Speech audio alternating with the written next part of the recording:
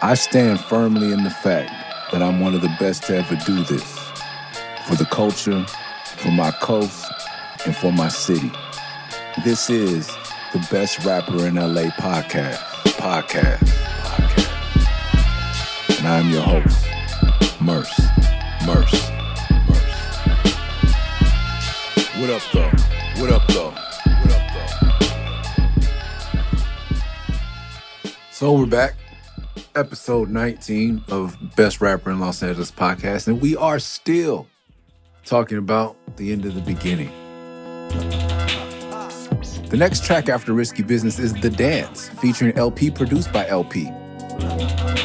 You didn't think me and L was coming like this, Def Just, motherfucker, we running this shit. Got you all up on your keyboard, shining this shit. Oh, you got a couple jokes, now you funny, bitch. Ha ha. And we laughing all the way to the bank, on point in the cut like we holding the shank. Got it all up in your back, now you walking the plank. Try to do it like this, but you drawing a blank. Do it double time, all up in your face, like piranhas when you drop fresh meat in the tank. Fell off in the game, can't keep your rank. Mad, can you try to rap shit, but you ain't been around no real shit. Where cruise pill clips, niggas that... We've talked about what a fan I am of Jamie Moline, aka El Producto.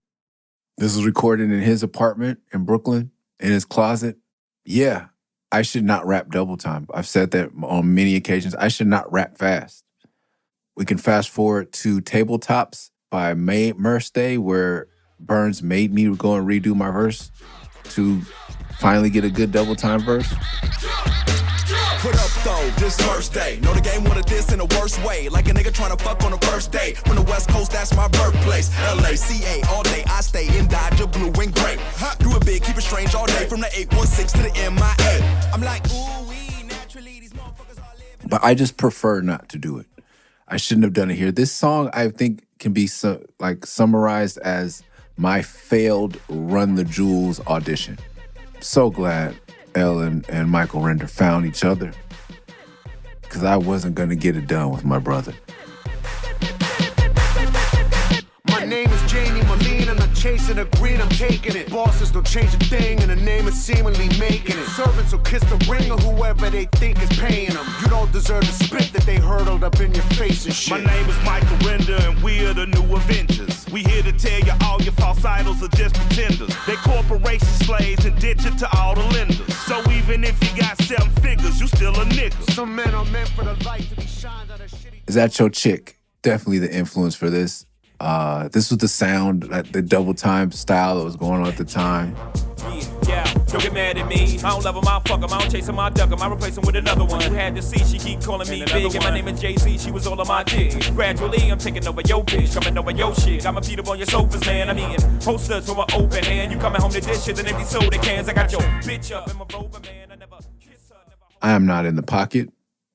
I do occasionally manage to land on the snares. Very hard to listen to. I was going to ask for a mulligan or whatever it is, a do-over, or the ability to skip this one, whatever the term in sports ball there is for skipping something. Like walking. Like, you know what, like when you walk a home run here, this is the opposite of a home run, and I just wanted to get this one on base, you know? But we're going to try to walk it out. Chorus is in the same format. This is the dance. This is your chance. This is the dance. You don't want to be late because I'm on my way. Better get your shit straight. This is your chance. You don't have to be fake with a heart full of hate. Just try to say fake. This is the dance. You don't want to be late because I'm on my way. Better get your shit straight. This is your chance. You don't have to be fake with a heart full of hate. Just try to say fake. This is the dance. You don't want to be late because I'm on my way. Better get your shit straight. This is your chance. You don't have to be fake with a heart full of hate. Just try to say face. Murs fall up in the spotlight. What up, bitch? Approach the finest girl. We have performed this live. You're lucky if you missed it. Yeah, El puts on a beat. You know, he wasn't a beat factory. I'm taking it.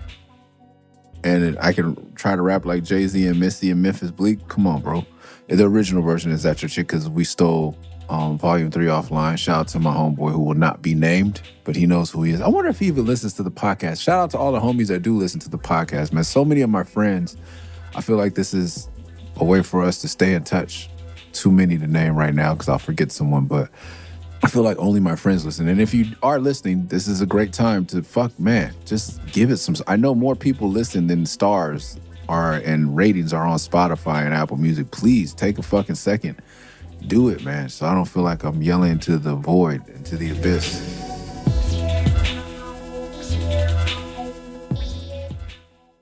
Auntie Holly. Get well soon. I love you. Whenever you hear this, we love you.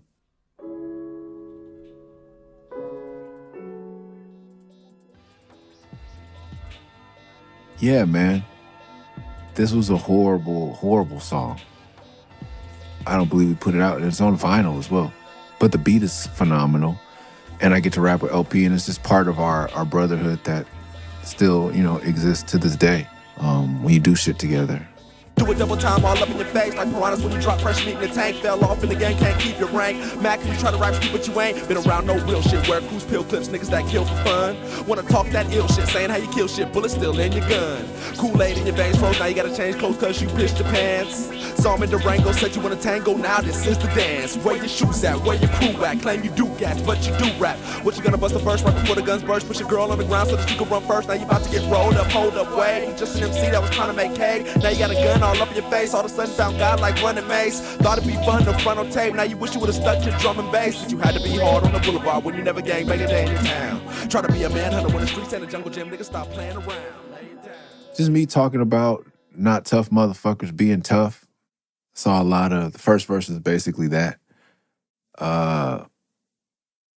Yeah, it's always something that bothered me. At one point, my goal in the rap game was to just grow up and be able to get signed to be backstage and punch a lot of these motherfuckers in the face. Because when they started coming to LA for their in-stores and I would see these people, I'm like, oh, that's not you.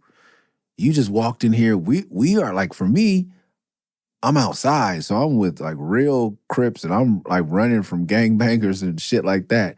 I come to the record store to see another artist and y'all come through the door and y'all look shook, tucking chains and like, our local record store was 4 businesses down from, like 4 doors down from Bottle and Keg on Meadowbrook and Pico, which is where they filmed. If you're ever in LA and want to do some tour shit, where they filmed Menace to Society. I hate that film. We'll go into that maybe another time. But especially people not from LA love it. And so certain rappers would go in there and like, oh, yo, and just like geek out into a point where it's like, like maybe how I would act if I was at Sedgwick and Cedar, but like, this is not it, bro. Don't do that. And like tucking your chain, and just like being spooked when you see like, I'm 15, bro. I'm 14. Or, like, damn, oh, like you was talking all that shit. This, just all these things that I would see and would break my heart. I'm like, oh man. And to this day, this is why I'm like, I could make that music. Because I've actually like knocked people out and choked people out. I've done the things that you talk about, aside from selling drugs, which just takes a lack of conscience, not really a level of skill. Like, you're like the level that you can cook crack is at the level I can play Overwatch. So what? Like, that's just this acquired skill. If I do it enough, any human being does practices.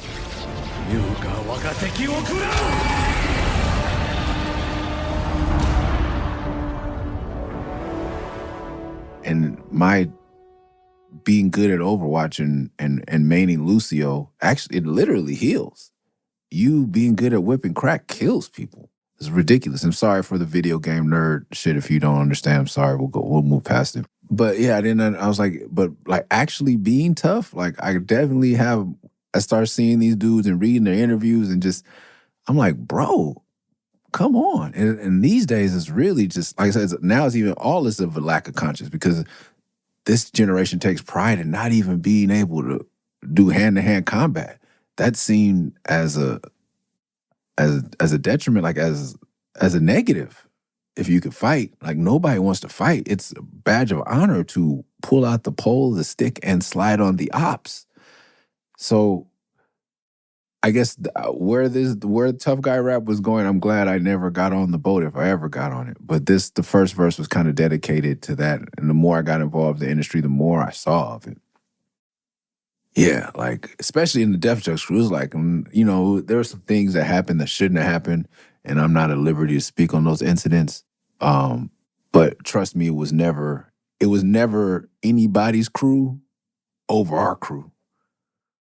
Whether it's legends or Def Jux, and not to be on not to say it's not a beat on our chest shit, but never any crew in rap, period. you know, maybe the Tang Clan or something, or Goody Mob, but, you know, like, as far as what we came in contact with, you wasn't about to run. But I think that was the same for Hyro. Like, it was just like, I guess that's what people say is like, we weren't on it like that. But man, there's some individuals in Def Jux and I've seen do some very He-Man type shit and never spoke of it on record.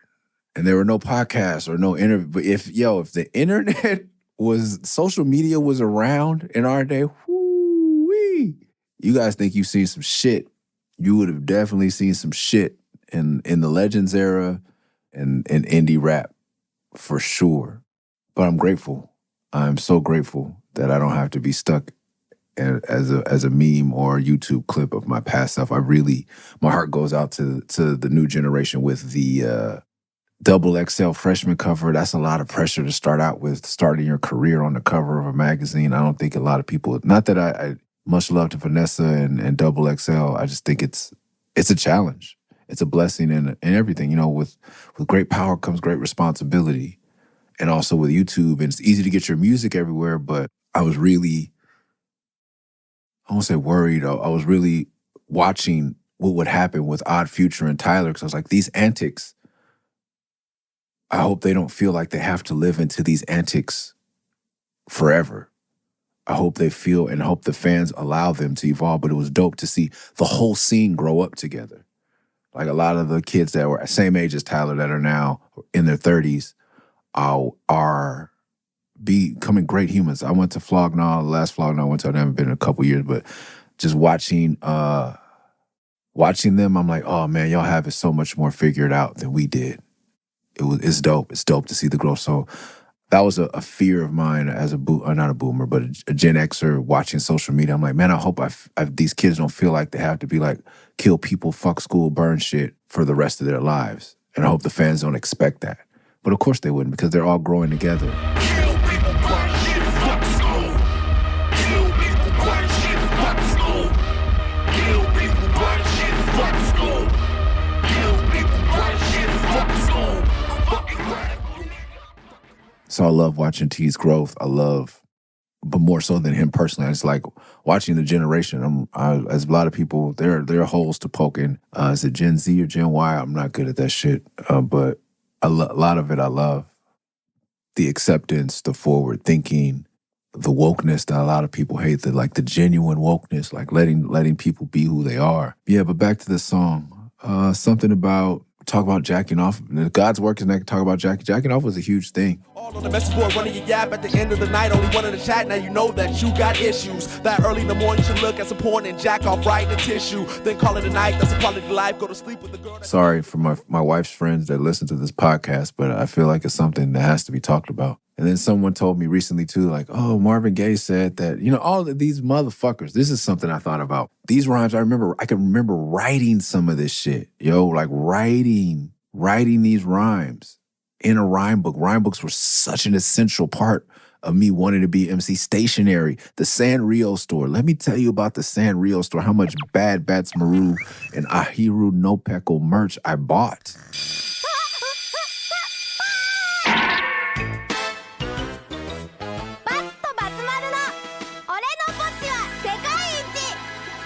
And this is all I say about this new generation. Like, you know how many homosexuals, derogatory term for homosexuals I had to be called because I was at the Carol Karopi store, as they call it, walking into the Hello Kitty store at the mall to make a purchase because I wanted this type of stationery that inspired creativity. I had a Star Wars book eventually, but there wasn't really stationery for hetero cisgendered men back in the day. But they did have Bad Bats Maru. Like, I didn't go in there buying little twin. And if I ever wanted to buy a Twin Star, so fucking what? But I stuck to, like, you know, the Crip Blue, A Hero No Peckle, the Duck. And Karopi was a little feminine for me. I didn't fuck with it. But still, there's a slight femininity to all of it, I guess. And that's okay. Like, being able to be on the spectrum of your, I guess not sexuality, but the feminine and masculine energies, man. I was always on that spectrum, and walking and moving throughout that spectrum was very challenging for my generation. So shout out to anyone else like me that was out there navigating that. But that's where I would write my rhymes. I would love to get a Hero No Peckle book, and if I could afford to get the matching pencil, that was just I wanted to write. I wanted to write my rhymes, but that made me want to write more. Choco Cat, I had to take an L on Choco Cat a couple times. No disrespect to Cuz, but you know, Choco Cat is not on in the top 5, not even top 10 Sanrio characters. Sorry, my dude. Or I don't even know how you identify Choco Cat. I just felt it was kind of racist because there's nothing chocolate about a black cat. But yeah, I digress. Writing rhymes, it was fun. And then recently, you know, like I think the Queen, Miss Badu, was talking about writing your name on water. And I know I look like I'm on some hippie shit and I'm married to a hippie that's vegan. But man, I don't believe in that shit, bro. I don't believe in it. So I be trying, you know what I'm saying? But like crystals, and I just call them, they're rocks. You know what I'm saying? Just rocks, nice rocks. I don't know about the energies they hold or none of that shit. And this is a spinning spear. It expands the vibration because it spins.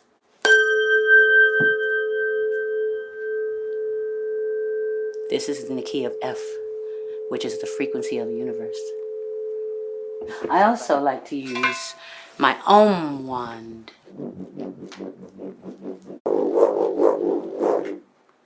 Beautiful instrument. Very low frequency, good for the lower chakras. And I got this at my 3rd ayahuasca ceremony.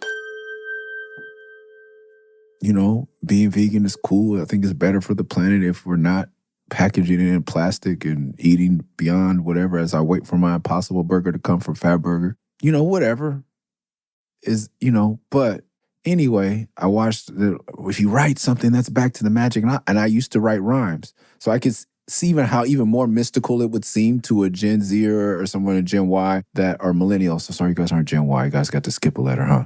The millennials, that it would be fascinating. Yeah, we got to get back to writing. And it's, you know, like Africans, I want people to know, like Africa's an oral tradition. The last civilization, as far as I know, unless you go deep into the Amazon, to be touched by European culture are the First Peoples, aka or formerly known as the Aboriginal peoples in Australia. And I had the privilege of going out to what they call the reservation there, where you have to be invited. And shout out to, I think it's Elf from Meadow Basin Breath who got me out there. But the First Peoples don't have a written language. They don't have a word for anything over 2. It's just a mob. Because why would you need it? Because that's like when you're dealing with equatorial people, warm weather people, there's no need for that. And we can go into that later. But you know, yeah, if you're European, fuck yeah. If you don't gather enough, like the Game of Thrones said, winter is coming. Winter is coming. And that's in your DNA, or I forget what they're calling it now. But you know, passed down through generations. That's the survival thing. We talked about growth. That's a survival thing, like gather. And a lot of people unfairly label European culture. If you listen to a lot of brothers from the Nation of Islam, like the white devils and the greed, and man, that's the instinct for them to survive from where they hail from, from generations of starvation. If you don't gather enough before winter hits, motherfucker, what? You're dead meat. So I get it, but for a warm weather people like the First Peoples in Australia, there's no need for that. It weighs you down. You're in the desert. It's hot as fuck. Also like bathing. That's vanity.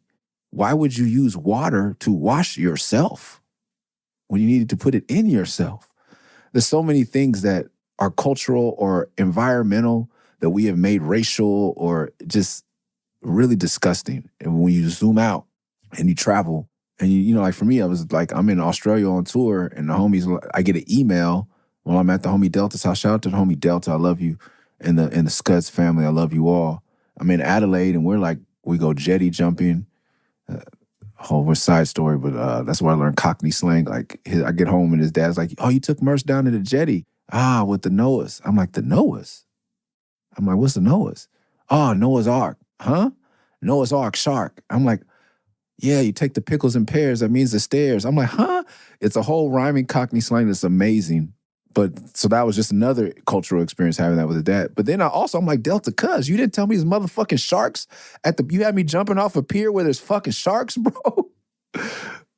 But I was just down hanging out with him in Australia, like skating at the skate park in Adelaide and hanging out. And I got the call, and I'm like, fuck it, I'm gonna rent a car and drive to the center of Australia. 18 hours. There's one gas station. If you miss it, you're dead. You can drive. I drove as fast as I could, like maxed out, because there's a 2-lane highway for 18 hours. You rarely see anyone else on it. And I had to come to a screeching halt because I thought there was a bird in the road. And I got close, and it was a fucking vulture. So I slam on the brakes, and the vulture just turns and looks at me. I have to drive around because, like, he's not moving for me. It was a trip, bro. But yeah, getting out there and experiencing that culture, it changed my life. So writing, I don't know how African it is or how primitive it is. It's old, but I don't know how important it is for me. But I said, I'm gonna write. So I remember those times of writing my rhymes, and I remember writing the dance at L's house, maybe in my Star Wars book.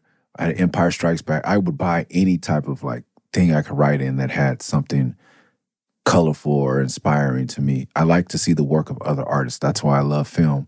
This is the dance. I forget. It's either from it's either Kevin Smith, Jon Favreau, or Quentin Tarantino. These are the directors, writer-directors I've been obsessed with, but definitely in this era. So something to the dance was from one of them. I think it was from Made. I probably should look that up, but it might be from Made or Swingers. The dance. Swingers has swing dance in it, so maybe it's the dance. And Swingers holds a special place in my heart because that's, to me, the world's introduction to Vince Vaughn, being Vince Vaughn, introduction to Jon Favreau, like two great American talents. And it's so funny how it all starts underground. Like indie shit is just the best shit always, because if you know Vince Vaughn from Wedding Crashers, please go back and watch Swingers, because it's been there. The genius has been there. But Swingers is a special place in my heart because there was a lot of West LA Miracle Mile venues in there. The Irish bar, I forget the name of it, that's on Fairfax between Wilshire and San Vicente, and I believe the El Rey, which we're working on hopefully at Murs Ninth Wonder Show, 20th anniversary of 316 coming up. I'll let y'all know more about that in the weeks to come. The final album's getting pushed back. That tour is getting pushed back. Who knows when it's going to be done.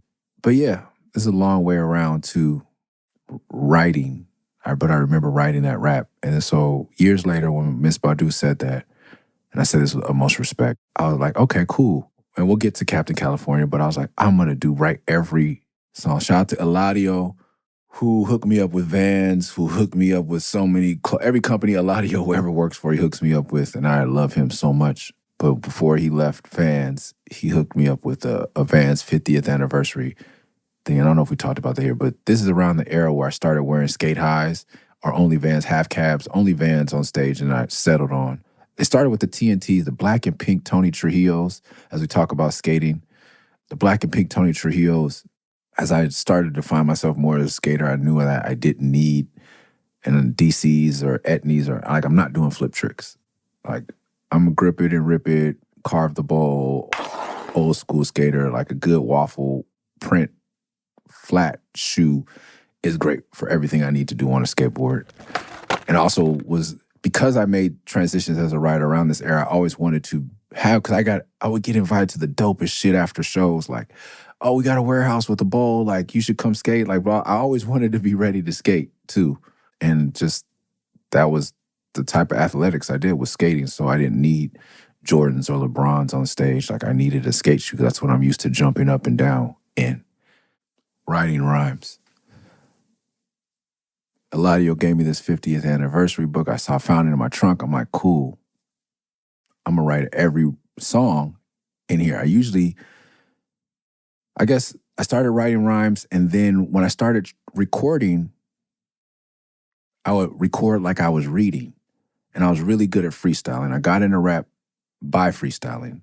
3rd grade, Linwood, California, my stepbrother would threaten to beat me up if I didn't rap, so I started rapping.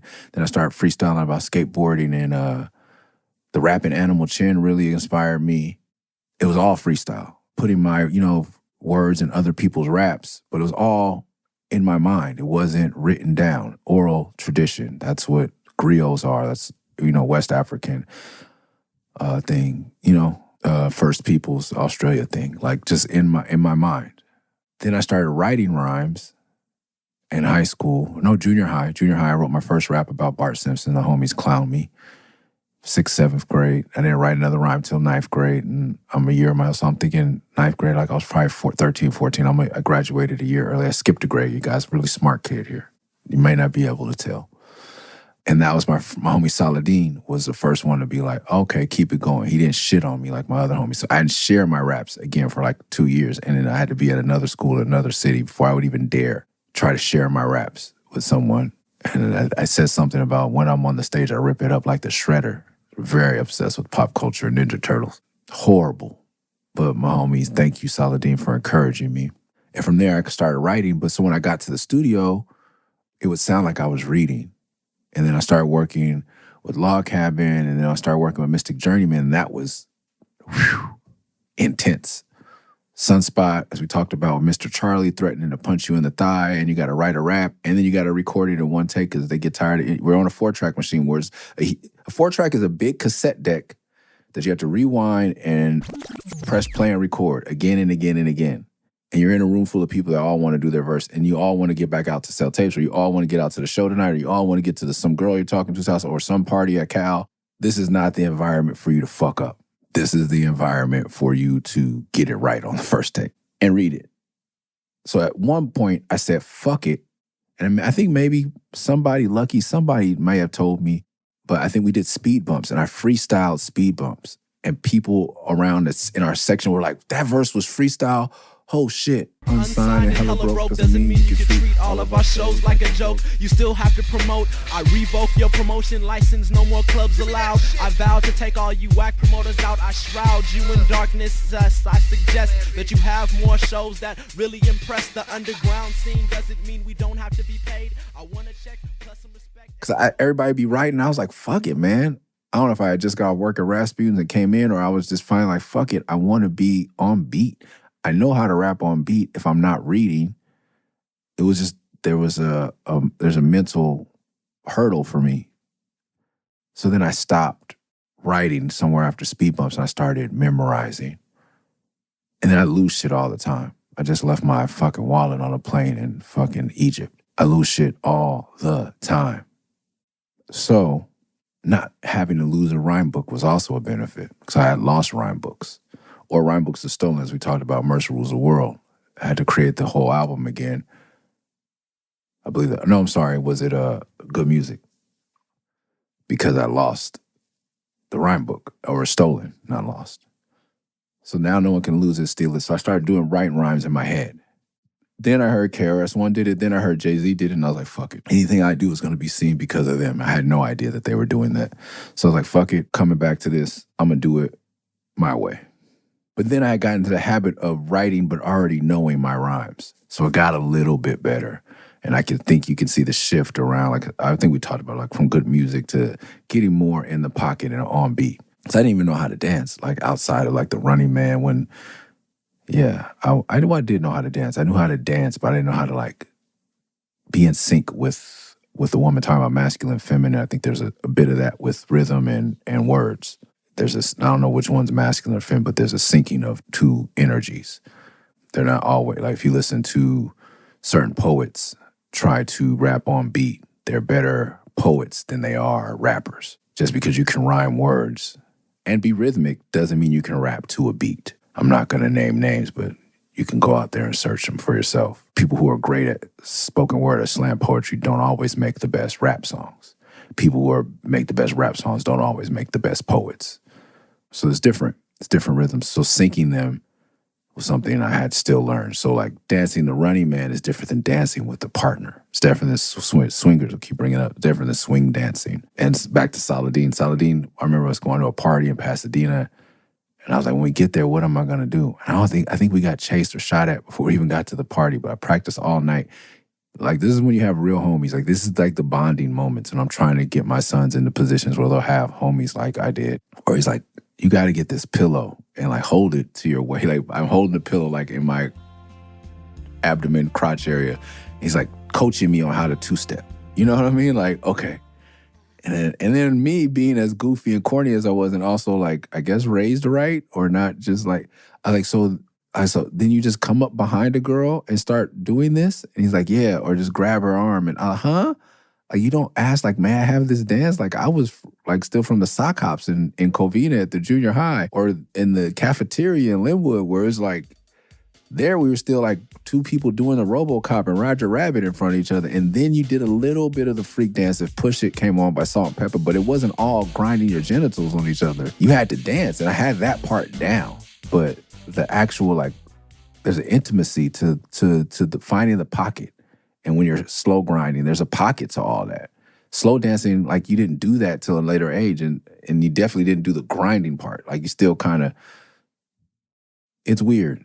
Yeah, man. So going into all that, I started slowly learning how to rap on beat, combining the memorization with the writing. Miss Badu posts that.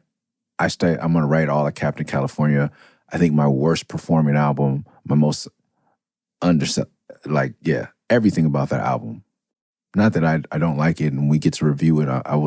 I'm looking forward to getting back to looking at that album. But there was a lot of conscious decisions I made on that record. Writing was one of them. I still experiment on how to break out, to find my core fan base, to expand my core fan base without compromising my integrity. Every album for me is a chance to do that because I don't feel like I've reached my full potential. Back to the growth thing. You know, doing that without alienating my fan base if possible, but if I alienate some people in the journey to step further into my authentic self, I'm okay with that. And that was Captain California, but also was writing every song down because I thought there was magic in it. And there isn't any fucking magic in it for me. That's where we're at with that. That's the dance. Right. Got the homie El Producto lurking in the cut, so what you got to say? It's like this. You want to trace along a pattern of fear, please rest. I want to pattern how the drum skin mechanism, IG jugs breath, commands fresh, test to match, metal in the chest, play text. Better when I smile right, on a found I die right. With a howl like prime of fright, in a prime of life, with a double axe razor blade fade like Eyedea. It's a revenge of the wits and laser face, so great. 2, 3. God, the analog, monkey mouth, me, rock hard as shit. The radio fly kid, fly with a boombox pack clips. I love that I have a song with LP. I wish it was a song that I listened to more. I was able to listen to. I don't want to talk anymore about that song, but I found, I think, 30 minutes in there to talk creatively about it, abstractly. But at the core, a failed Run the Jewels audition, horrible. I'm thankful for Michael Render and Jamie Moline, which I just realized last night. I was playing my new baby, my 8-month-old. We got him to stop singing. I got to stop singing, crying. You know, you do the craziest shit to get a baby to stop crying. And I started going, ooh, la, la, ah, wee, wee, because he didn't like to lay on his back to have his diaper changed. And you lay him on his back, he was screaming. Ooh, la, la, ah, wee, wee. Ooh, la, la, ah, wee, wee. Ooh, la, la, ah, wee, wee. Ooh, la, la. So I just started. We did The Booty by Tribe Called Quest. The Booty. If you got the booty, you take it. The Booty. The booty. Come on, everybody, just heat. That's worth the fight. Don't give me inside heat. Come on. The booty. If you just a crook, then you taking it. The booty. You got one, then you shaking it. The booty. Come on, everybody. He liked that one. And that got tired for me, so I started doing Ooh La La, Ah Wee Wee by Run the Jewels, originally by Greg Nice. And then all my other sons liked it, so that became a house. So I was playing that on the TV last night. And I was like, man, I haven't really gotten to Run the Jewels. Only the Run the Jewels song I know is that one for various reasons. But I saw them live and I liked everything they performed. So I got to really get into Run the Jewels. I think I'm just going to order all the records once I get some money after Christmas season from Get On Down. Man, does anybody get those emails from Get On Down? And what's the other one? Cuz they don't fuck with my music at all. I feel like I'm in the Fat Beats era again. Like, I'm looking at everybody's shit get repressed. I'm like, why don't they ask me to repress my shit? What the fuck, man? But I guess I've never been cool. But yeah, like the Czarface represses, like all that shit will come through. And I'm like, oh, Czarface is another group that anytime I hear a song, I'm like, who's this? And there's Czarface. I love it. I put a couple songs on the playlist last night for the kids. I really... shout out to SO. I just seen him. I was on a panel with him at Comic-Con. I really got to just go back, and I've bought a couple of Czarface records because I just love the market. It's for me. It's comic book nerds that love rap and sneakers and shit. He sent me a pair of the Saucony shoes, dope as fuck. As I continue where we left off. Action. As I continue where we left off. The rebel, the villain, the rebel, the People saying Czar like ASMR, the cold crush on my beat, we rock the Casbah, ES, back at him. back at him. Yeah, that was another sidebar, but yeah, but I got to get into more Run the Jewels and Czarface. And but watch out for those emails, man. They're predatory, bro. I done bought so many Wu-Tang, Tribe Called Quest, Cypress Hill. Like, how can you say no to that shit? I'm also like a doomsday prepper, and where some people buy like canned goods and like what are those fucking military rations called and dig holes in the backyard. I'm the idiot buying shit tons of records so that when we have to go into a bunker, my kids can still listen to the dope shit. Oh man. So they it's predatory, man. Leave me alone. Leave me alone off with those emails. But I'm not a fucking bold enough. I'm not brave enough to unsubscribe. Yeah. The next song is God's Work. I stumbled out of bed, hungover, none sober, like the Joes rushed my body and I was the soul cobra. Still a soldier, grabbed a soda, helped my stomach settle down. Then fell into the shower, asked to let the funk drown. Put degree under my arms, turned off the alarm. You only said it to regret it. A million things to do, but work is where I'm headed. The dreaded grindstone on the edge of my bed. I sit and let my mind zone on how fun last night was. Started with the light buzz, then slowly progressed into a full-blown fade. I was trying to get laid, but got no action. It was back to the crib for personal satisfaction. Triple X DVDs, I got a whole stacking. Was snapped out of my daydream by something that I seen. I left the tissue full of spunk on the floor by my jeans. It seems I have 15 minutes to make the 20-minute ride it takes to get to work. So I fly out the door while I'm putting on my shirt. Start the car and then I'm off to get in trouble with my boss. He runs his mouth like a bitch. Sometimes I wish he'd lay me off so that I could lay him out with one little punch right to his fat ass mouth. But now I'm ass out, cause these fools on the freeway be driving like they ain't got nowhere to go. You know those fucks in the fast lane, moving hella slow, got me yelling at my windshield. Now it's like 10 till I wanna call in. Man, I think it every day, but I'm not ballin'. Told you I got a job at a record store, so to do research for my record store. In that time, for the first time, I learned what it's like to commute to work, coming from the south side of Tucson to, I don't know, whatever part of Tucson, the Tucson Mall. I think that's north, south, like southern, northern Tucson. But driving through down, like you take the 10 and you got to go across. It was a 20-minute commute for me. So I was late sometimes because me and Herm would be up talking hip-hop. I don't give a fuck about this job, really. But I got it, it's what I'm doing. I like to stay busy and I like being in the mix and whatever. So I'm there researching for when I get this record store, helping me pay rent, I guess. And yeah, I don't like my boss. So I make this song and it resonated with so many people. Sometimes putting yourself in these positions allows you to make music that resonates with people. I don't know if I make music for people to aspire to. I think that's what, like some of this billionaire rap, if you can put a positive twist on it, is that it's aspirational for people. I do make struggle rapper music. I don't know why that is. Funny thing is because no one's immune to struggling. No one's going to make it through this existence without some struggle. You can make it through this existence and then have a happy existence without having $1 billion, though. But for some reason, people relate more, the mass populace, and when it comes to rap, relate more to the escapism of wanting to be a millionaire than they do. God's Work to me should have been a platinum song. Well, it wasn't short enough. I think the hook was decent enough. The beat was maybe too slow. But I feel like that, and that's why I started, this is the time I started doing interviews and people are asking what kind of music you make. I'm like, I make sitcom rap, like relatable. Sitcoms are related because they're situation comedies. I make comical references to situations that we've all been through. Or country music, because working at Z, I did come in contact with more country music. I love country music's approach. I don't say I love country music because I don't hate it, but I just don't know enough about it to say I love it. I respect it, though, because they're real situations. Like, man, when I go to Arkansas or Oklahoma to do these Ground Waves programs I do, which is an open mic and mentorship program I do, I just get rental cars and I turn on the local radio to the country or the Christian station, and it's just amazing. I heard one song I wrote it down. I think I have it. I'll probably reference it next week.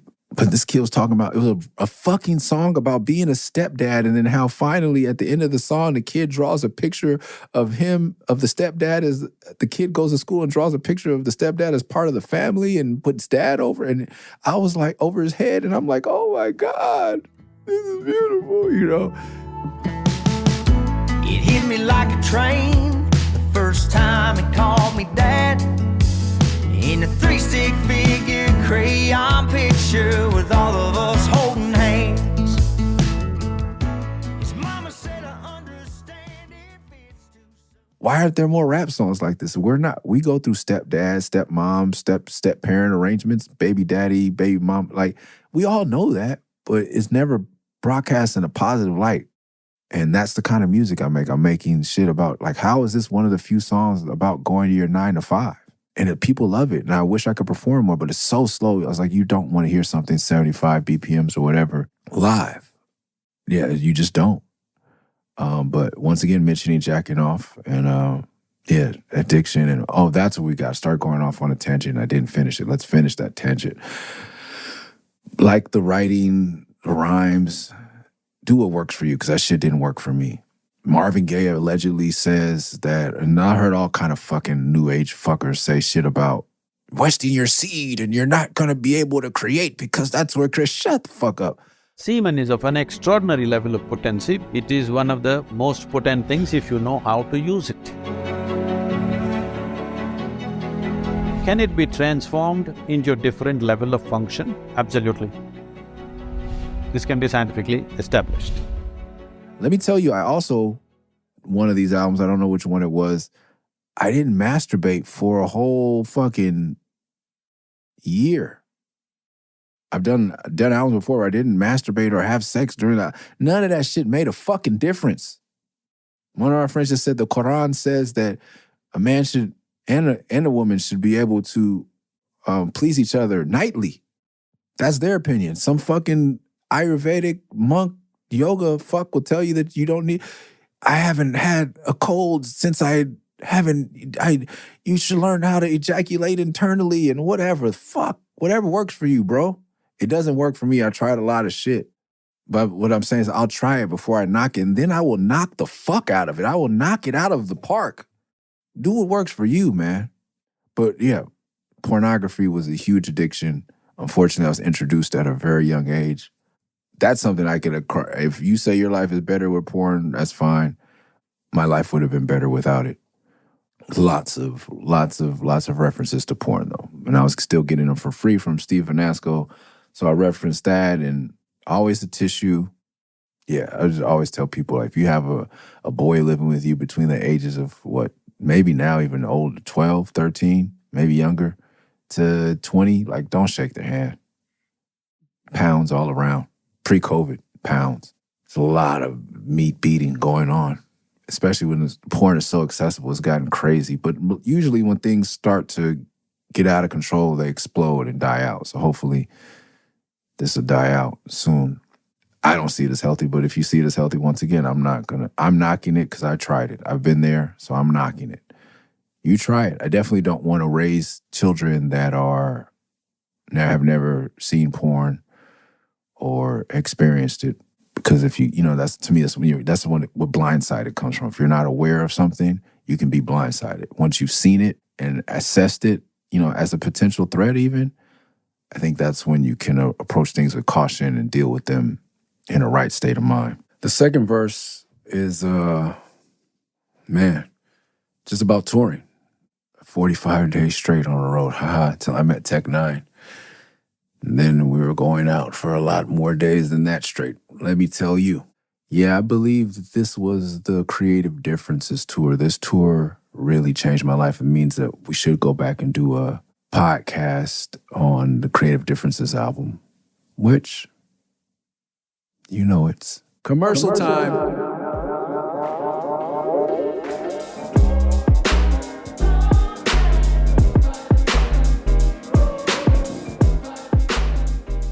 Living Legends, The Return, the album is out now. Go see it or go listen to it. Go see the tour. As I've said every week, but now The Return is out. Please go stream. Please go listen to my brother's new album. They're on tour, and yeah, that's the commercial. I think we're gonna take a commercial holiday break, and maybe I'll do a review of the album during that time. But Father's Day featuring Atmosphere seems to be the hottest song on their charts. So if you stream anything, stream that. Seems like always an Atmosphere Living Legend song will do well. So produced by Ant. Father's Day is one of my favorite songs. So not my favorite song, but one of my favorites on the album. So go stream Father's Day. Go stream The Return. Go see How the Grouch Stole Christmas if it comes to your town. No, I won't be there, but nonetheless, it'll be an amazing show. I've seen the footage, packed rooms, lots of dope rappers on stage. Brother Ali, Reverie, DJ Fresh. They put together Pure Powers. They put together quite the tour. Make sure you go out and support.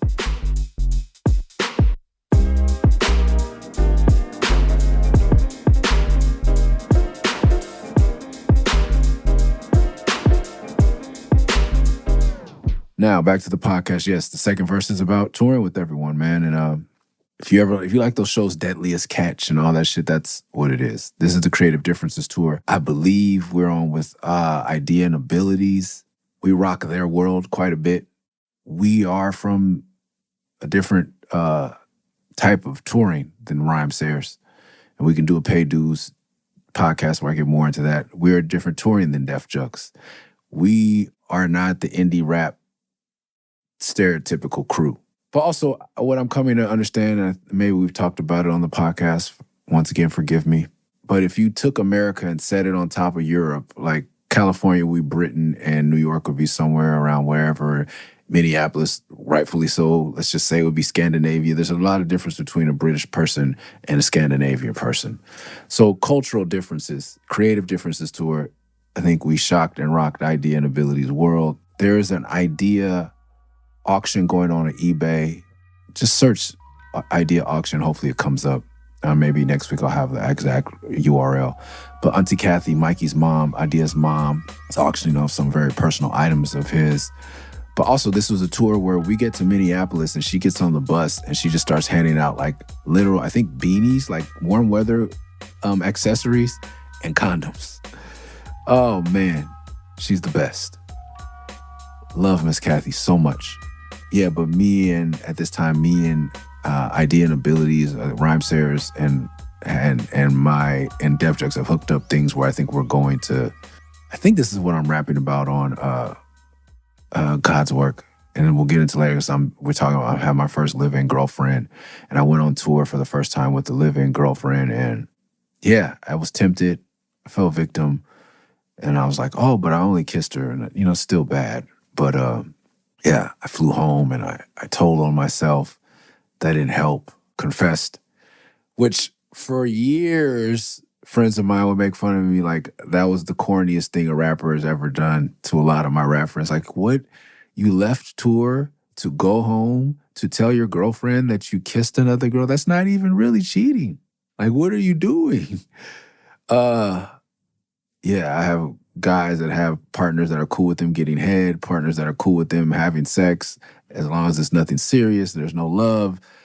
I felt guilty. I felt bad. So I left the tour, flew home, I think for Valentine's Day or something, and informed the girl I was dating at the time, living with, that I had done that. Then I went back on tour and I did it again. But when I did it again, I just left the tour completely. But there was that tour was a fucking mess, man. The tour was a fucking mess. One of the worst tours I have been on until the worst tour I went on. And I haven't even spoke on the one-night stands. Yeah, it might sound fly to the average guy, but when you got a girl at home, you gotta let it pass you by. So I try to play the sidelines, watch what they pull, but on a bus full of women, hard to stay faithful. So I cheat, not because I hate my girl, because I miss her, even though she won't believe me when I say I only kissed her. Been home a couple days and she still won't speak. Still I gotta hit the road again, beginning of the week. I work hard, goddamn hard. But I saw something on that tour that really also changed my life. It wasn't just about my girlfriend. I was just seeing how I was still drinking heavily. I hadn't fully been processing and healing from my anxiety and depression. Still not running from that, but just not being able to stop long enough to deal with it. So yeah, that tour was, but like I said, we could do a whole touring podcast, but I saw something that was like that sobering moment. And I was like, I'm getting on a plane. I think I headed straight to the airport from the hotel lobby once I saw what I saw. And I was like, yeah, this life isn't for me, bro. I gotta get my shit together. But all that said, my brother's on the road. We had fun. Eli, hypochondriac. I'm somewhere on that spectrum too. Arata, I So Hungry. You know, when he's my homeboy, we talked about Arata on this podcast. Didn't speak a lot of English, but definitely understood a lot of it.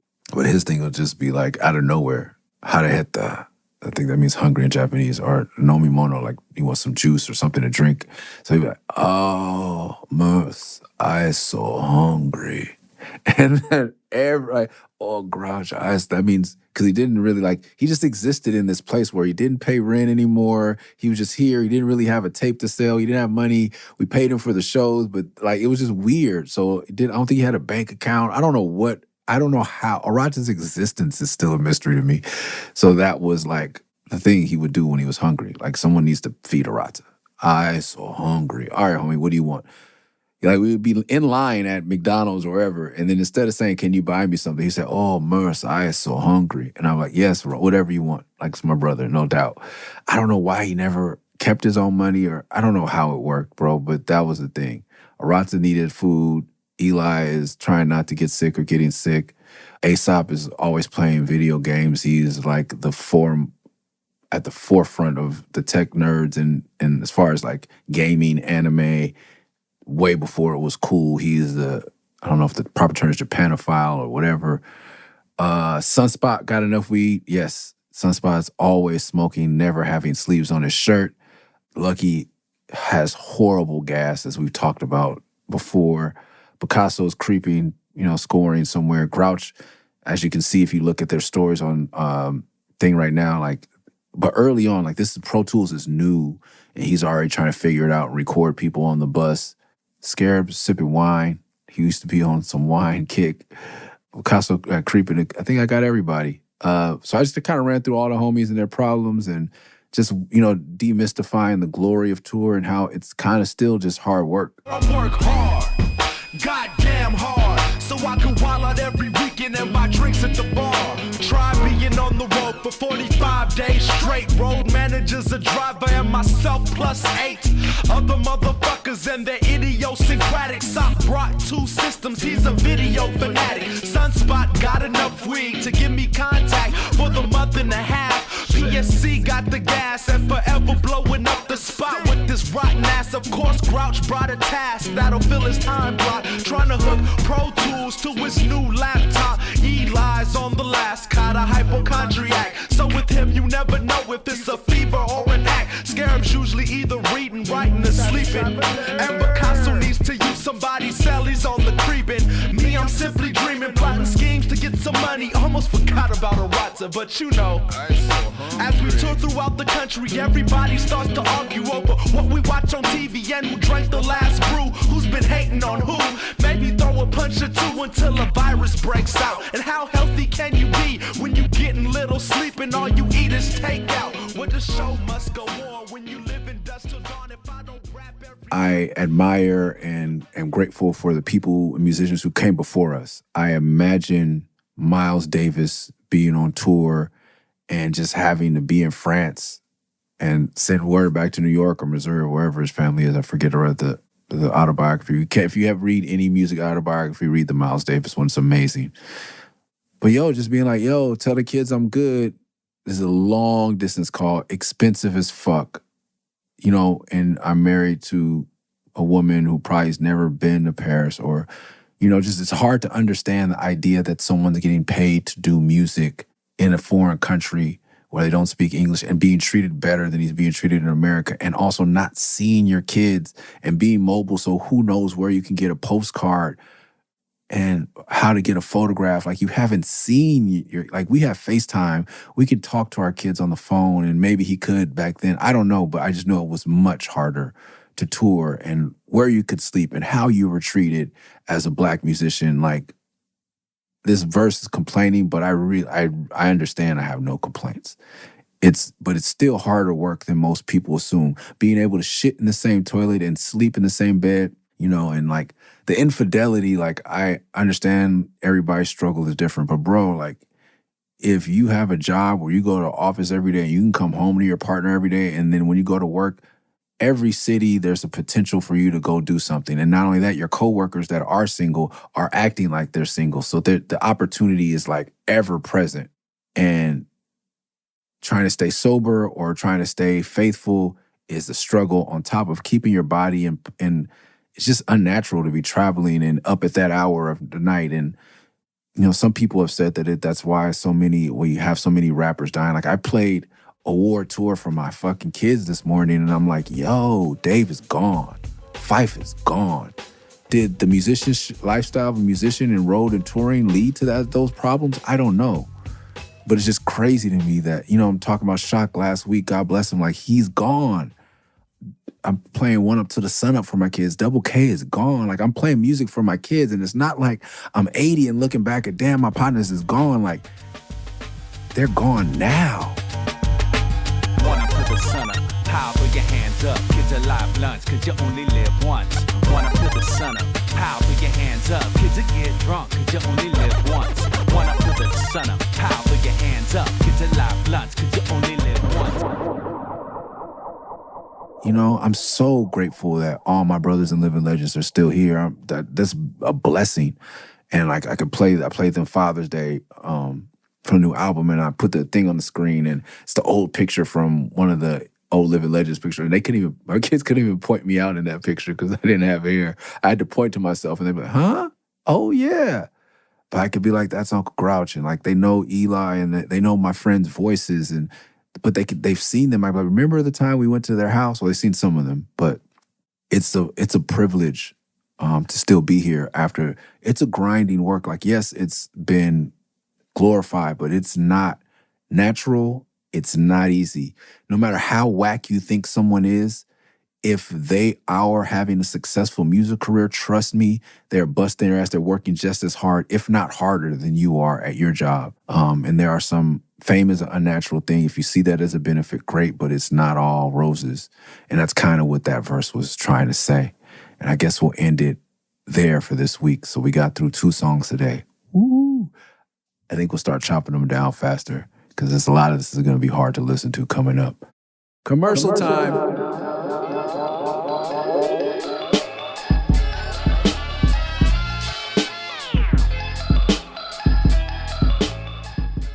Shout out to Logitech G. If you're trying to, I would say a sponsor of this podcast, if you are buying any gaming headphones, equipment, or just any headphones or sound or lights for your streaming session or cameras, like keyboards, this is the company. Thank you for your support. That was a quick commercial, and I'm off of a Zoa energy drink. They're not paying me, but if The Rock wants to hook me up with a sponsorship, I fuck with them. I don't really fuck with energy drinks, but when I do. All right, y'all. See you next week. Thanks